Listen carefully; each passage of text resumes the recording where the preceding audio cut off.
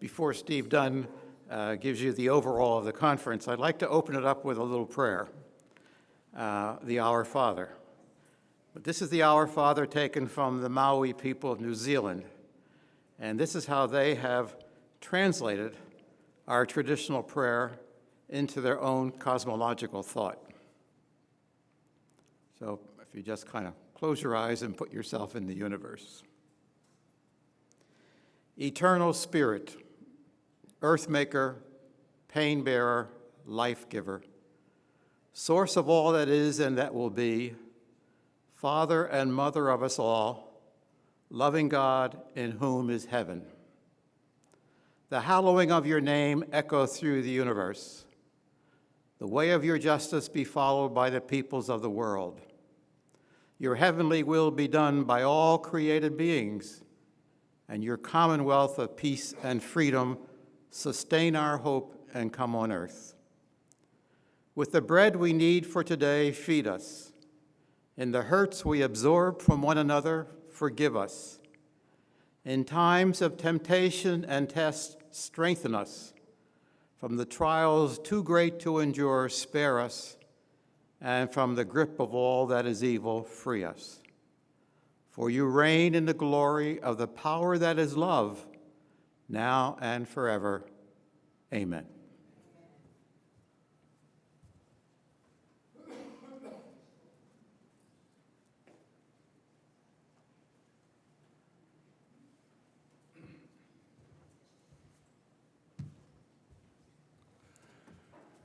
And again, good morning to all.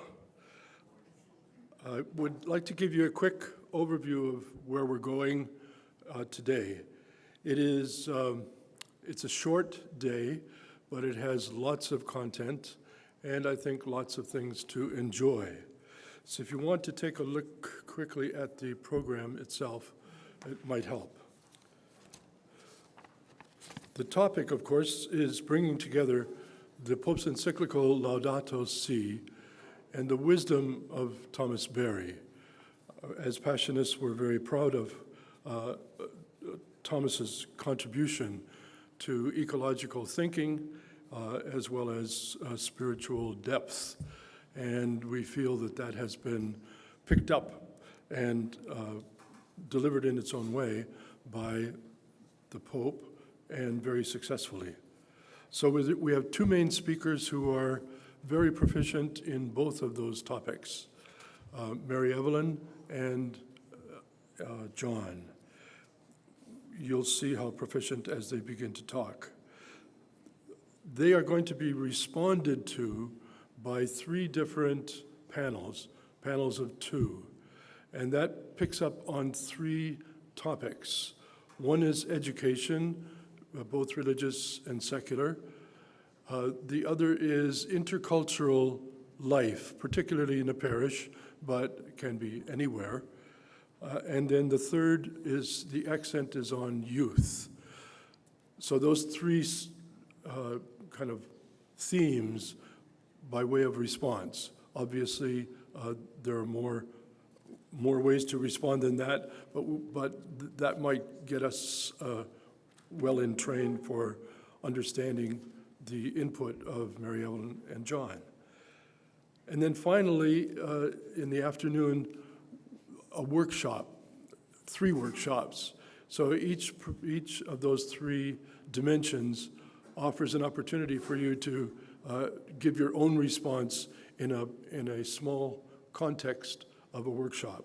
And we hope you work in the workshop because it will be very beneficial. We will have lunch. It'll be right here. We will also have, at that time, a presentation of an award to Mary Evelyn and John, expressing the gratitude of the Passionist community for the work that they do.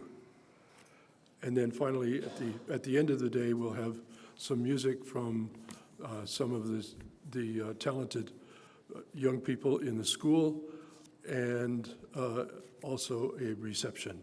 So those are the general aspects. The other thing to be constantly aware of is that we do not have a lot of time. because it's a short program, but we do want to make it move along pretty much according to schedule. So I'd like now to introduce Mary Evelyn. Most of you saw her in action last night as she answered the questions. There's so many things about Mary Evelyn that are important that in a tight schedule you don't have the luxury of developing them.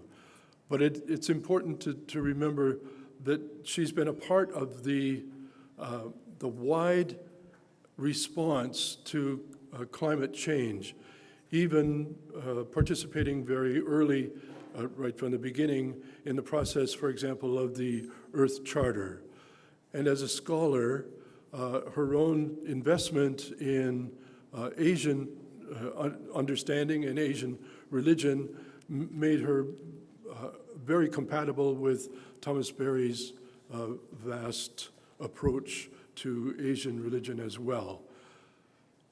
Beyond that, she and John have been super productive, and it's impossible to exaggerate it. And I'm sorry, don't have time to get into it, better to listen to her. But 10 volumes, interfaith study of various religions and the ecological question. The movie that you saw, which took 10 years to produce, and she was a co-writer of that.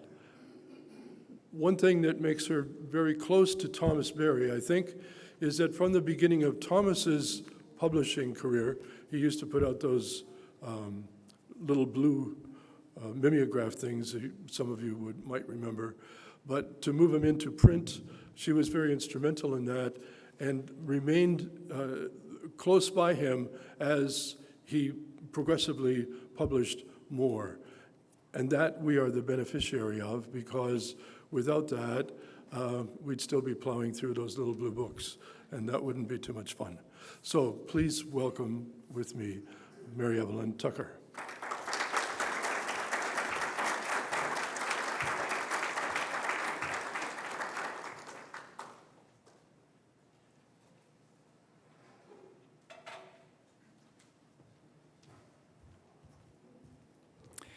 Thank you, Steve, and Tom, Brendan, Kiwi, and Bill Murphy, and all of you who came this morning, old friends from Iona, new friends from Korea. It's really a pleasure and a joy to be here and to have a dear friend like Megan Rice, a family friend from so many years, is very, very special. So I'm deeply moved when I think I'm in a building, actually, where Thomas lived, where he prayed, where he met people at the door. He always described the Jamaican monastery as the place where he was a doorman. And sometimes he would feel, well, what was my role? I'm just a doorman. And he would say to Ted DeBerry, the great Confucian scholar, his close friend, Ted would say to him, well, Confucius was a gatekeeper too, so you have a role. In any case, I do think in this community here, but in the Passionist community, in the various places where he lived, he developed a profound spirituality, mystical insight, clearly, a contemplative spirit that radiated wherever he went. So we are grateful to the Passionists for that, and especially for the sense that he always felt he was part of a cosmic liturgy. You know, this came out in his writing so beautifully.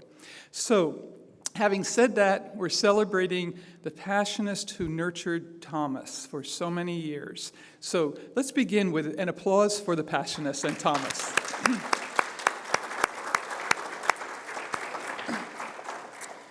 Now, we're right into things that he would care about because he was such a prophet. And if he was here, he would be right on to climate change and so on. So we're beginning with this sense that we all know of refugees around the world. And how are we going to respond to them? The sense that we're in this period of environmental refugees, of which the social justice challenges that the church has held is now being challenged as never before, because there are going to be over 90 million, there are 90 million refugees from environmental issues around the world, migrant seekers. We're going to Germany tomorrow. Germany has taken in 1 million people. Imagine what that is requiring of their social structures. Trafficking, which the church is dealing with, and fundamentalisms, political and religious around the world, racism that we see everywhere, not only in our own country. So the social justice challenges are immense. But now the challenge of the encyclical is as well to deal with environmental issues, which are affecting the most vulnerable among us. All over, we've been to conferences in Venice many, many times. The seas are rising in Venice. The seas are rising in Miami. The Bishop of Miami, fortunately, is a great supporter of the encyclical. All along our coastal waters, especially the East Coast, the Norfolk naval site is deeply threatened. This is not simply an abstraction. It is very real.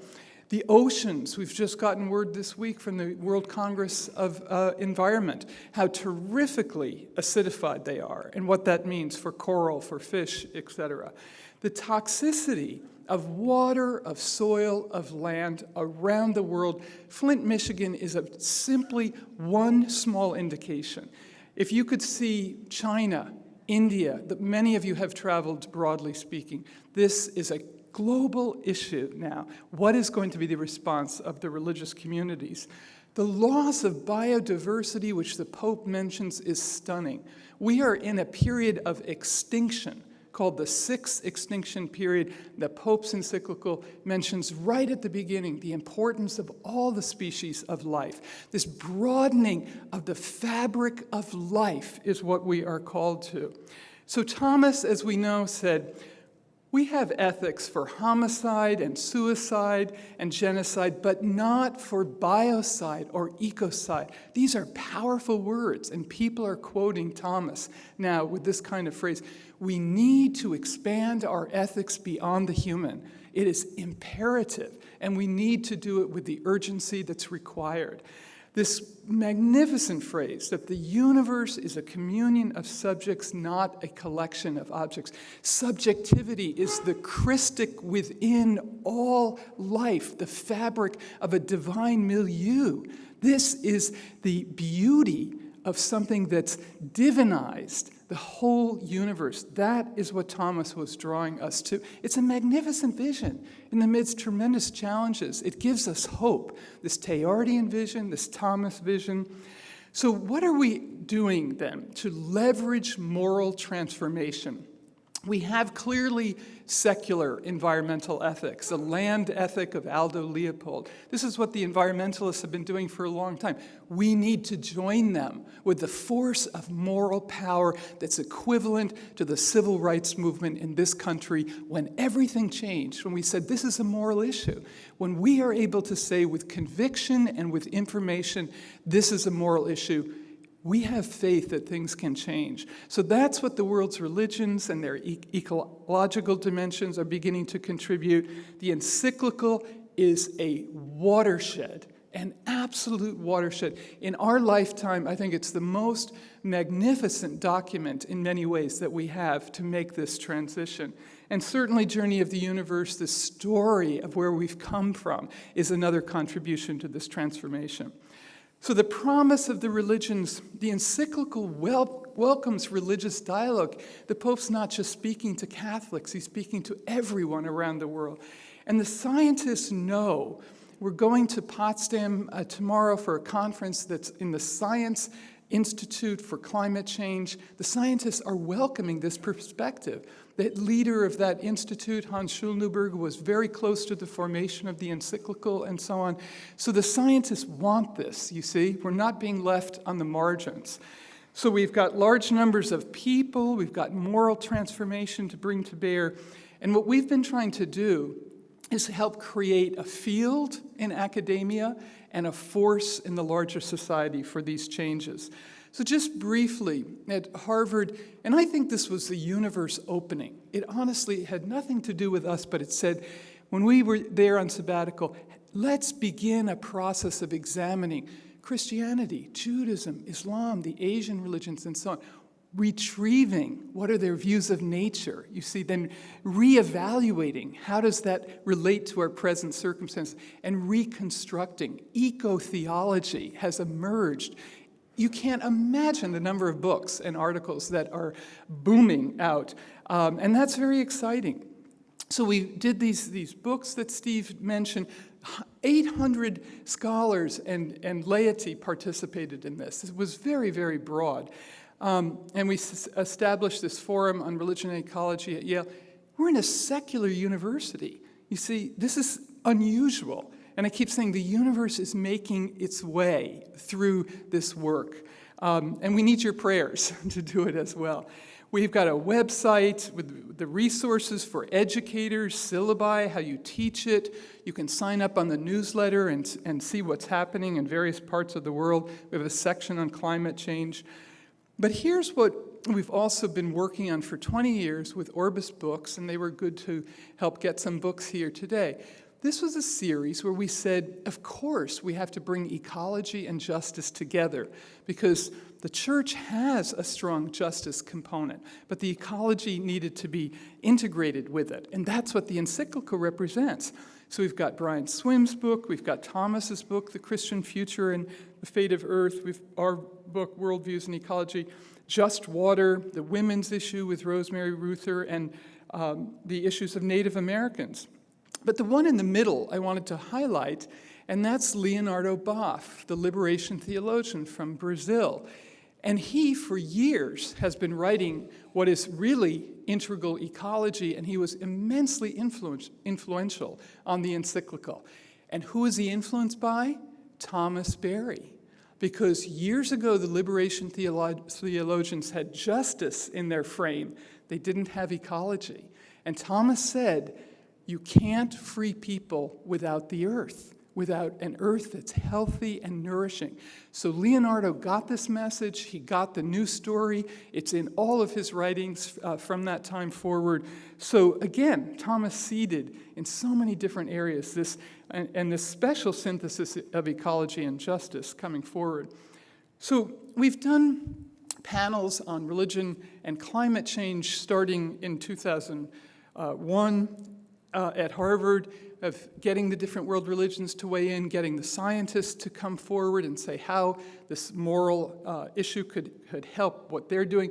But what I wanted to highlight here is at Yale, in April of last year, before the encyclical came out, the whole academic year, our dean at Yale kept saying to us, what are we going to do about the encyclical? We know it's important. He's a scientist. He was head of Kew Botanical Gardens in England. He was head of the Field Museum, science. He wanted the encyclical to be known at Yale. And we did quite a wonderful panel with him beginning by saying this is no longer an issue of science. This is a moral issue and a religious issue. You can see the panel on YouTube or whatever. But I just want to highlight that. You see, we are being drawn into this conversation from a whole range of circumstances, but especially the scientists know we have something to contribute.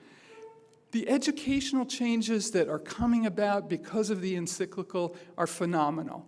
I don't want to over-exaggerate because we know we have a long way to go, but if you take the Jesuit communities, 236 universities around the world, they are beginning to say, how can we teach environmental studies with a moral perspective? This was a conference on climate change at Loyola in Chicago, where they brought all the Jesuit universities in the Midwest together, and they're creating a curriculum which is online, free, open source on all the ecological issues and their moral dimension. Okay? This is transformative change on an extraordinary level. And they're high schools as well. We're working with high school teachers on how you teach Journey of the Universe, how you bring these ideas forward. Now, I've said something about creating an academic field and this social force, which you know about, I'm sure, in your own areas, your communities, and so on. Was anybody at the climate march in New York? Okay, in September 2014. Extraordinary, right? I've been to many demonstrations. I was deeply involved with civil rights went to Trinity in Washington, D.C., where Nancy Pelosi went, Kathleen Sebelius. We were all about transformative change, social justice, and the anti-Vietnam War. This march, of many marches I have been to, was extraordinary. And why?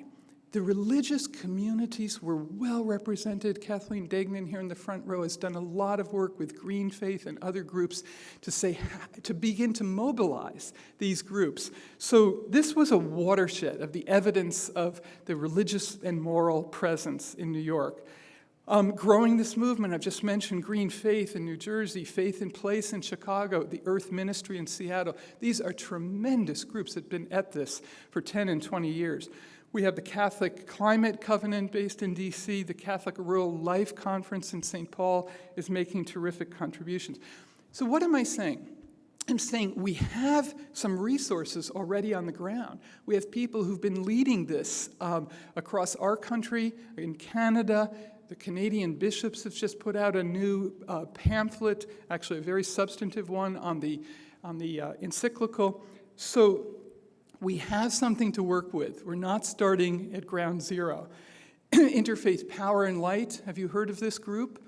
They work with churches, synagogues, and so on to green their buildings and bring this right down into the parish level. We have internationally Thich Nhat Hanh. I hope some of you have read his books, magnificent Buddhist monk from Vietnam, a true reconciler. In China, in Taiwan, this nun has been doing amazing work on recycling centers, but also relief around the world. Its ecology and its justice. The former bishop of the Episcopal Church, Catherine Jeffers Schori, she's a scientist. She's testified before Congress on climate change. And we have the evangelical community working on this as well, definitely. It's not always in the news, but they are, like Joel Hunter. Now, coming specifically to the encyclical, how many of you have heard of the Patriarch Bartholomew? Good, I'm so happy, because as you know, he's a tremendous friend. I love this picture of the Pope. We went on about 5 symposiums with the Ecumenical Patriarch on water issues all through Europe, but also Greenland, the Amazon, the Mississippi. He was trying to highlight water is sacred, just like the Native Americans are doing out in the Dakota pipeline. Water is sacred. We're protectors of water. The Orthodox Patriarch and his theologians, especially John of Pergamon, have this beautiful, mystical sense that's been held alive in the Eastern Church, the Orthodox Church. This is a sacred universe. These have been stunning symposiums bringing high-level people from the UN, ministers of the environment from all over Europe, and so on. In 1997, I heard him talk at Santa Barbara, the church there in Santa Barbara. He said, these are crimes against creation. This is ecological sin. Imagine, 1997. The tremendous influence on Francis is absolutely clear, and as I said, they are good friends, went, of course, to help the refugees and so on. But this sense of ecology and justice with a mystical sensibility coming forward, these two, I think, are the leaders in the world right now on this issue. So, with the encyclical, as I said, and we can't say it enough, it's a watershed moment. It is a watershed moment addressed to all the peoples of the world for ecological conversion. Now, the audience is extraordinary. I go to environmental conferences and they can't even believe. You know, there's 1 billion Christians, 1 billion Catholics and 1 billion plus Christians altogether. It's a phenomenal audience, already primed with social justice concerns. Not all, but many of them. And the other religious communities are responding. If you look on our website, every religious community has responded to this encyclical with a strong statement of support. Many of them have had conferences, including the Muslim world in Turkey and so on. So we need to bring this forward, clearly. Do you catch my enthusiasm for this document? And I hope you catch it too. We are so blessed. You know, we live with such sad, bad news, don't we, all the time? It's a difficult world we live in. I don't look at television. We don't even have one. I just filter it through, internet. We've got to keep alive this hopeful vision, and that's what Francis is giving us. So his short-term goal was to effect the climate conference in Paris last December. His long-term is this ecological conversion of people around the planet. Now, the short-term goal he actually accomplished. One of our great policy people at Yale, his office is right across from mine at the School of the Environment, I said to him last summer, well, what did you think of the encyclical? Dan Estes, his name. He said, oh, I don't know, because the Pope didn't go for cap and trade and so on, one of these schemes. And I'm like, okay, okay. He comes back from Paris, and we have a panel at Yale on this. He holds up the encyclical, and he said, this is what made the difference for the agreements in Paris, the encyclical. Can you imagine? Saying to an audience of several hundred people at Yale, we have our work to do because people are inviting us into this conversation. And why? Especially because of this integration of justice and ecology. But for us, too, who've been at this work for some time, there's a deeper dialogue that we need to help birth, help midwife, this dialogue of science and religion, which has been too parallel. We need an integral vision here. And that's what I'm going to talk about now. Living Earth, the dynamic ecological systems.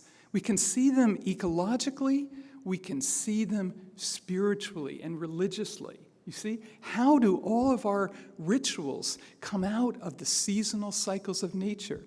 The monastic tradition, so important to Thomas, the sense of the dawn, where the prayers were said, the midday, the evening, the dusk, and the night prayer that were woven into the cycles daily and seasonal. You see how profound they are right into your group, your tradition, etc. And so that sense, why is Christmas at the winter solstice? Why is Easter at the equinox? We're trying to get that seasonal sensibility. We're part of a planet, and we have these rituals that can help people feel that. So the living cosmology as well.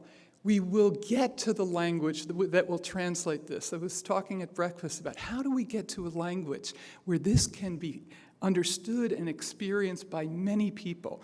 That is part of the goal here. So I'm just going to sort of conclude with three people that I think had something to do with the encyclical. Francis, very explicitly. Imagine 1,300 years and no pope had taken the name Francis. Isn't that amazing? But how fresh and how fabulous that we have this opportunity now with a saint for the poor and a saint for the earth. The cry of the poor, the cry of the earth. That's the call of the encyclical over and over again. The encyclical begins with Mother Earth. Do you know how thrilled Native peoples are that term is right there at the beginning of the encyclical? Pachamama. Some people are working with this idea and with these ideas of not just an indigenous sensibility, an indigenous living, breathing, feeling embodiedness of we are part of an earth and a universe. How thrilling. The Pope grounds the encyclical right there. What a bold move. That is our common home. That's what he's saying. Our common home is this magnificent 4.6 billion year planet. The mystery, the sense of the divine is right there. That's why people want to be protectors of it. They want to be in touch with it. They want to feel the sacramental dimensions of water, of a Eucharist, of grapes into the wine that are not pesticide-induced. They want to feel that connection. The canticle to Brother Sun and Sister Moon gives us, and it's right there in the encyclical, this grounds for an incarnational spirituality. How splendid. This is a 2,000-year-old revelation, but it's a 14-billion-year-old spirituality. In the beginning was the Logos. In the beginning is an inner ordering principle of all reality. It's the cosmic Christ of the universe. You see, this is why Teilhard was so deeply inflected by this brilliance, the hymn of the universe. The sacramental sensibility of our tradition is a unique contribution to this discussion. You see? It's a unique connection to this discussion. We can't baptize children with dirty water. How can we? Our sacraments are being desanctified, if you will. That's the call back to our embedded incarnational sensibility, moving us forward also towards a divine reality as well. And that's Bonaventure, again cited in the encyclical, the mind's path to God, but through the imprinting of God, of the divine, at every stage of this journey to God, through God, with God, in God. So the language then of fraternity and beauty, of sisterhood that's threaded through this encyclical gives us immense grounds for reformulating what we might say in a sermon, how we might teach this, and so on. That kinship, which is central to the encyclical, invokes a universal solidarity on a grounds that we've almost never had before. A solidarity with people in different nations, with their struggles and so on, but with the whole planet, with the earth community, which is what Thomas kept calling us to, a solidarity with the earth community, people and planet. Teilhard. How many of you have read some of Teilhard? I would imagine most, yeah. You see, he is so present, even in a Catholic consciousness, waiting to be evoked even further forward. When in 2005 we did the celebration for the 50th anniversary of his death at the United Nations, 1,000 people came. It was so full that we couldn't even get in the room. 200 people came from France. The head of the World Business Council on Sustainable Development, the IMF chair, International Monetary Fund, Camdessu was there. Tremendous influence. And the next day at the Cathedral St. John the Divine, all over New York, we need to bring this brilliance, this luminous life forward. As Helen Prejean said at St. John the Divine that day, she said, we're breathing on the embers of a man named Teilhard. And that sense will carry us forward with disempowerment, with paralysis, with despair, with confusion. You see, he brings that tremendous hope of this unfolding universe. Specifically, the mystery of the universe is mentioned in the encyclical a number of times. Teilhard is mentioned very specifically, this sense of discovering God in all things, of a divine milieu. He's referenced. This is fabulous. We can bring it forward, you see. This hymn of the universe is exactly equivalent to Praise Be, this Umbrian Italian phrase. Think of what the Pope did. He went back to an indigenous phrase of ancient Italian language, praise be. Wow. If we can begin our day with just praise be, you see that invitation that is, I think, one of the grounding roots of any religious sensibility, praise and gratitude. So this notion, which maybe we can talk about later, but energy and matter being woven together over time. This logos within, our tradition is rich and ripe with drawing this out, making this more evident. How can we destroy the earth if there is an inner divine presence to everything? How can we cut down trees madly if an acorn results in an oak? This is the inner ordering principle of all reality. You see, this unfolding nature of nature itself. So he speaks of the cosmic destiny of the universe. It has its eschatology, it has its teleology. It's drawing us forward beyond ourselves to this hopeful promise of the whole universe. The cosmic love in the Eucharist, Benedict picked up on this too. The last Pope really loved Teilhard. We can move this forward in all kinds of ways. Now, towards conclusion, we're going to also say Thomas Berry was explicitly present in many ways in the encyclical that I've already said, Leonardo Boff, and that moving forward. Thomas's books, we all know The Dream of the Earth, The Great Work. The Sacred Universe came out just as he died. We did it with Columbia. The fact that Columbia chose this title, The Sacred Universe, was mind-boggling to me. You see, again, the secular-sacred dichotomy is breaking down. That book I really recommend to you because it has so many of his essays on religion and cosmology as understood as ritual, as cosmological ritual. You'll recognize your own practices in the Passionist and monastic tradition. And the Christian Future and the Fate of the Earth, he gives that challenge to the Christian communities that we know so well, that prophetic challenge.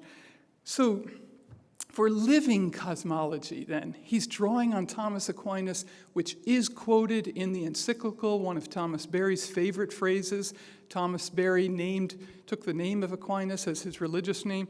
This sense of the diverse forms of life are what express the divine better than anything else.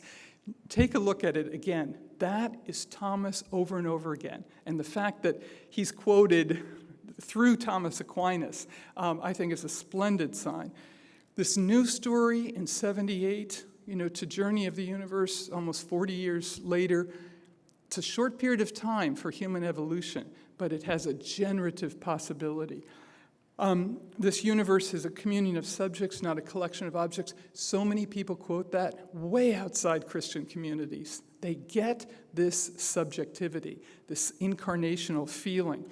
The idea then is an awe and wonder that evokes action and change for social justice, for environmental justice, for concern for the earth community. A reverence that evokes responsibility. These go together. They're not separate. You see, it's putting together the response of a magnificent planet to the needs of people. And that's why we did Journey of the Universe. The encyclical refers to the need for a shared story. I'm not claiming anything about the Journey of the Universe, but the Pope recognizes, as many people do, we need a shared story, recognizing difference but also unity. This is the film you saw last night and the book. Let me conclude with lines from Albert Einstein, who brings this all together, the science and religious sensibility. A human being is a part of a whole called by us universe. A part limited in time and space, he or she experiences himself, his thoughts and feelings as something separated from the rest, a kind of optical delusion of his consciousness. This delusion is a kind of prison for us, restricting us to our personal desires and to affection for a few persons nearest to us. Our task must be to free ourselves from this prison by widening our circle of compassion to embrace all living creatures and the whole of nature in its beauty. This is Teilhard's vision, it's Thomas's vision, Einstein's vision, the Pope's vision. Now it's our vision to pick up. Thank you so much.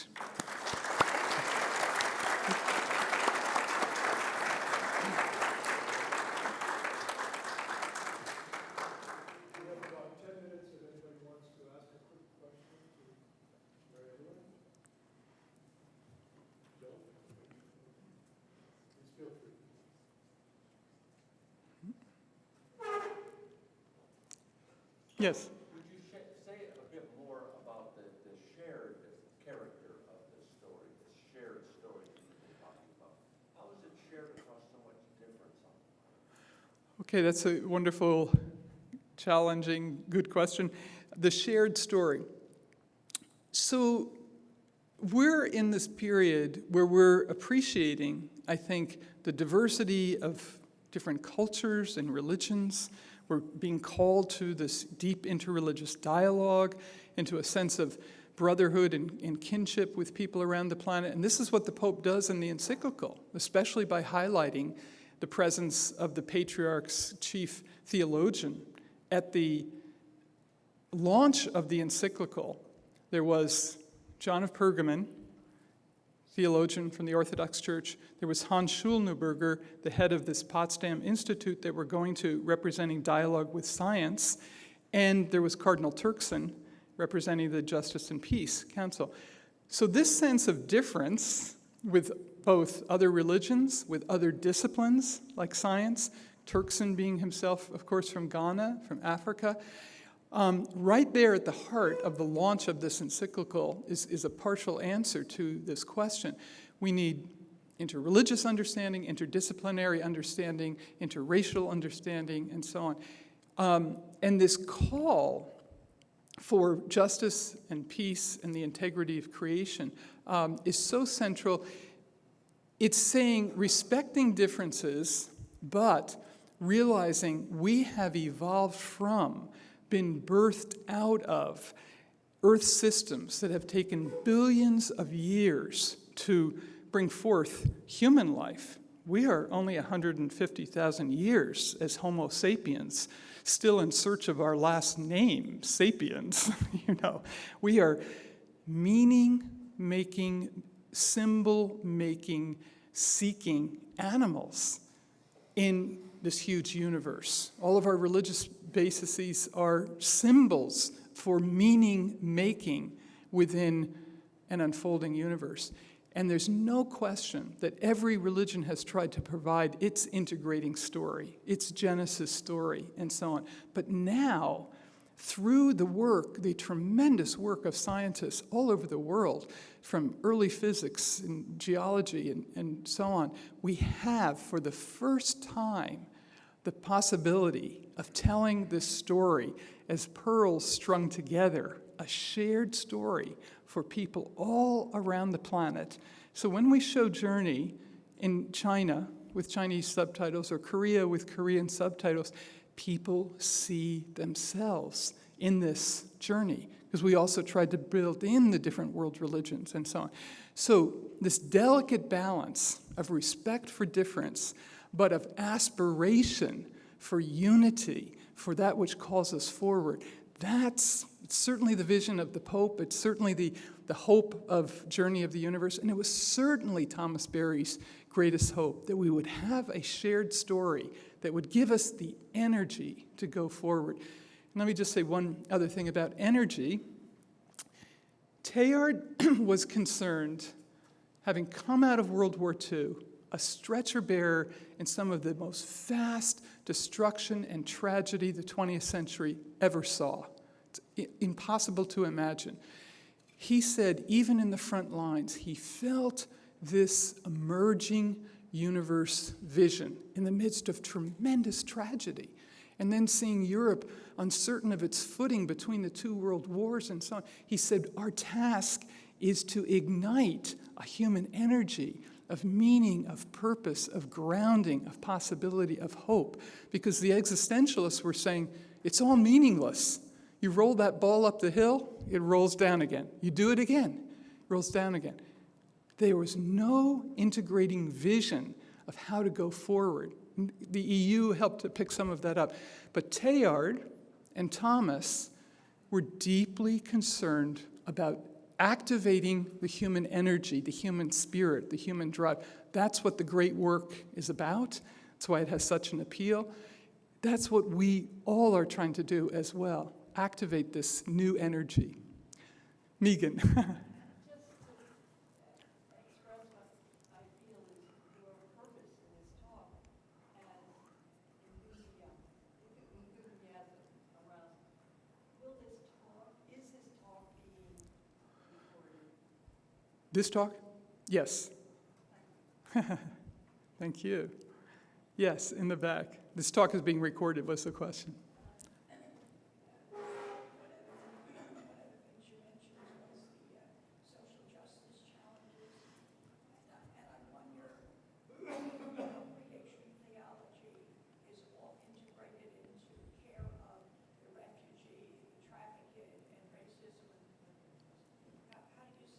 Wonderful.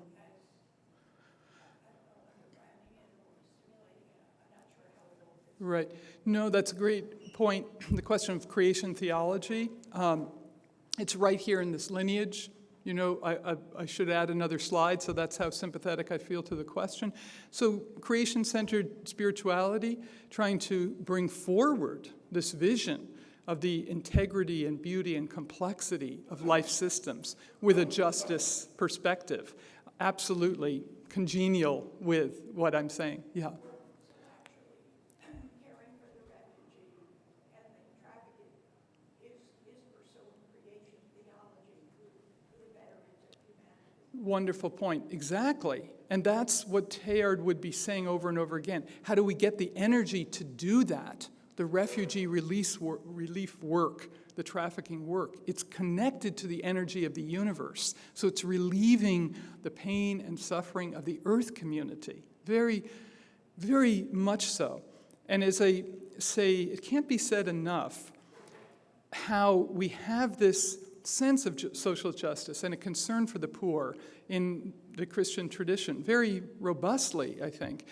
We do not yet have a similar robust feeling for the ecological devastation and tragedy. I mean, we were at a conference with the Catholic Bishop Conference at CU, at Catholic University, back in November. It began with a well-known person, I won't mention, who works for the Bishops' Conference, and said, well, I always thought, ecology was like wilderness and whitewater rafting kind of thing. I'm about the human, and I'm about what's important. And I can tell you, for more than 30 years, that's what we've gotten from various communities, including some Jesuits even, including various communities who said, we are doing the important work. We're doing the work for the poor. We're doing God's work. Of course you are. God bless you. People who are doing this work, and many of you have done it, and your wonderful colleague in Haiti doing this incredible work with the poorest of the poor. It's just unbelievable to read his reports that Brendan shared with me. So bringing forward, though, that sense of goodness and compassion that brings us together.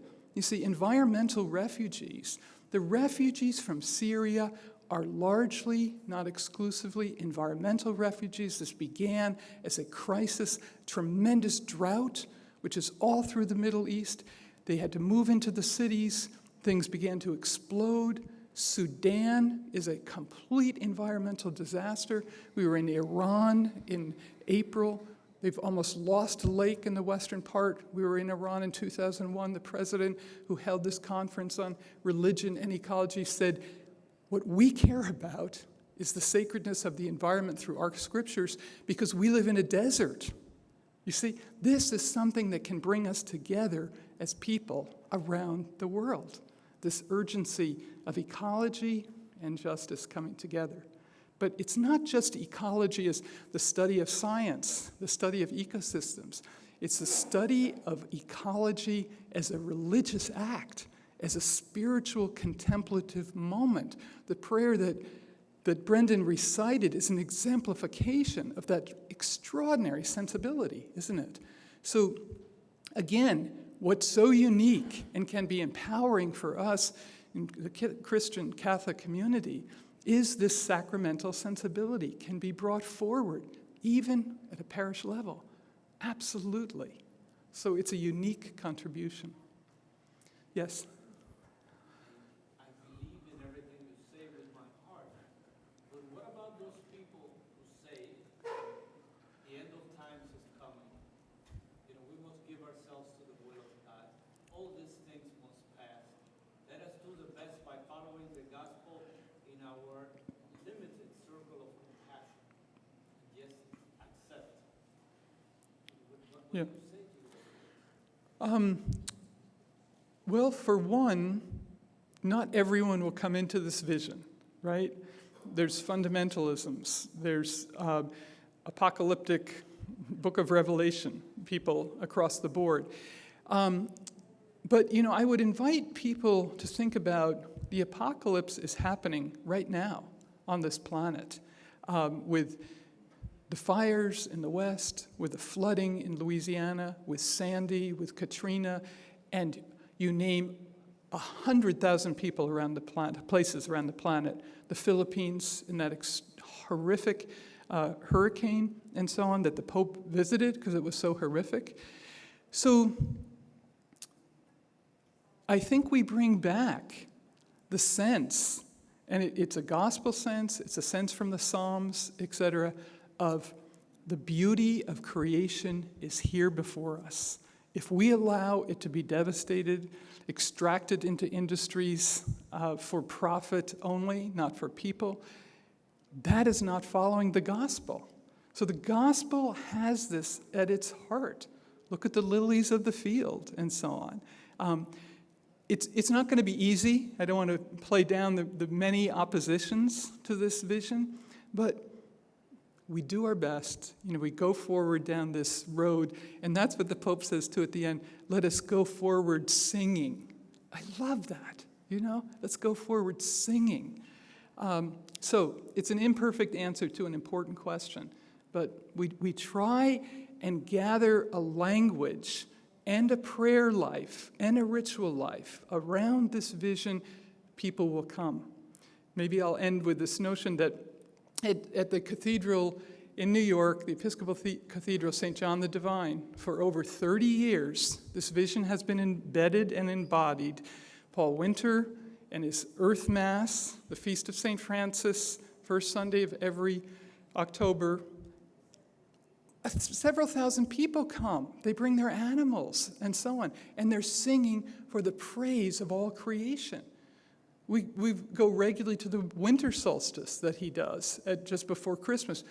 4,000 people celebrating this change of season.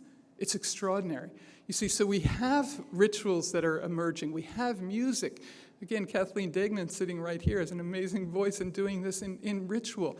We are not bereft. We have some of the resources to go forward, and let us go forward singing, shall we? Thank you so much.